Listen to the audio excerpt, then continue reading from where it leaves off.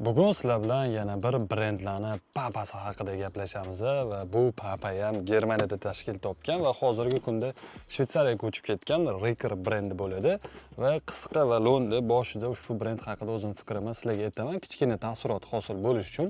Bu brend hozirgi kunda Yevropa miqyosida Skechers'ni sindirayotgan brend hisoblanadi. O'shaning uchun ham biz ushbu brendga e'tiborimizni ko'proq qaratishga qaror qildik. Ushbu korobkani ochib ichidagi oyoq kiyimni sizlarga ko'rsatishdan oldin qisqagina faktli 1874-yildan beri, ya'ni Adidas, Nike juda ko'p brendlardan oldin bu brend dunyo yuzini ko'rgan Germaniyada va hozirda aytganimdek Shvetsariyaga ko'chib ketgani bilan haligacha asosiy shtab bazasi Germaniyada. Hozirgi kunda bu brend nafaqat Vyetnamda, balki Tuneziyada, Slovakiyada, hattoki Marokko, ya'ni o'sha Mag'rib davlatlarida ham o'zini oyoq kiyimlarini ishlab chiqaradi. Bu oyoq kiyimni asosiy katta fishkasi xuddi Skechersga o'xshab fokusni komfortga beradi. O'shaning uchun ham bo'ladi anti-stress degan sistema borki, o'sha sistemani hamma oyoq kiyimlarida ishlatadi va bu oyoq kiyimda ham o'sha sistemani birgalikda ko'rib chiqamiz. Ikkinchi jahon urushida Riker brendi ham albatta o'zini qora sahifalarini yozib qoldirgan.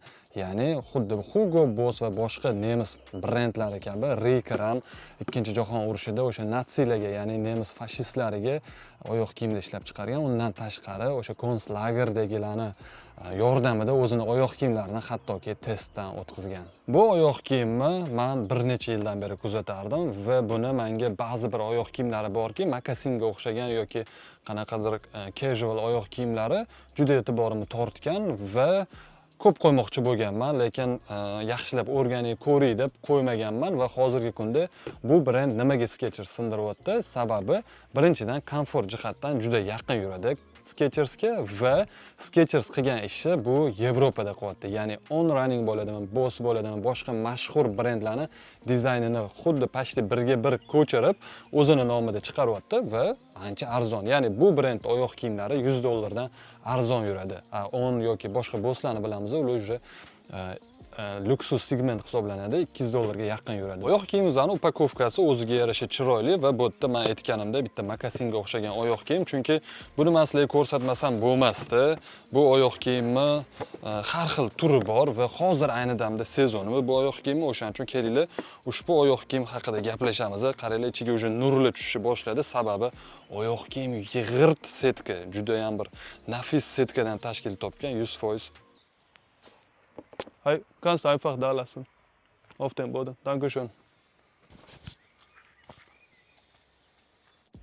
Oyoq kiyim ko'rayotganingizda ichlariga nur tushib turibdi. Sababi oyoq kiyim 100 talik setka va buni yonlari tekstili bor, boshqa taraflari tekstili, oldi setkaligi. Xullas variantlar juda ham ko'p. O'shaning uchun mana yozga yaqin ushbu brendni men sizlarga yaqindan tanishtirib, ushbu oyoq kiyimlarni sizlarga ko'rsatmoqchi edim.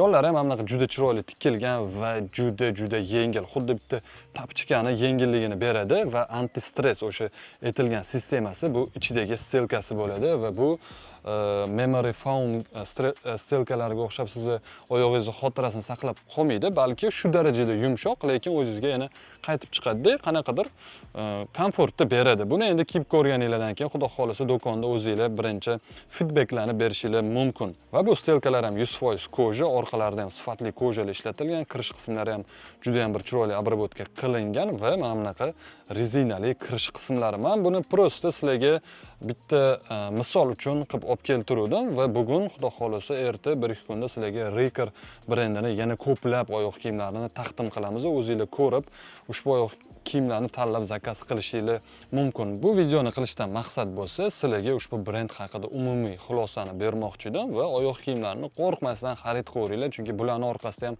nemislar turibdi va sifatlari hamda komforti juda ham yuqori degan sizlarga messenjni bermoqchi edim. Xullas, tashkil topganiga 150 yildan oshgan Germaniyani Riker brendi endi Seidus assortimentida.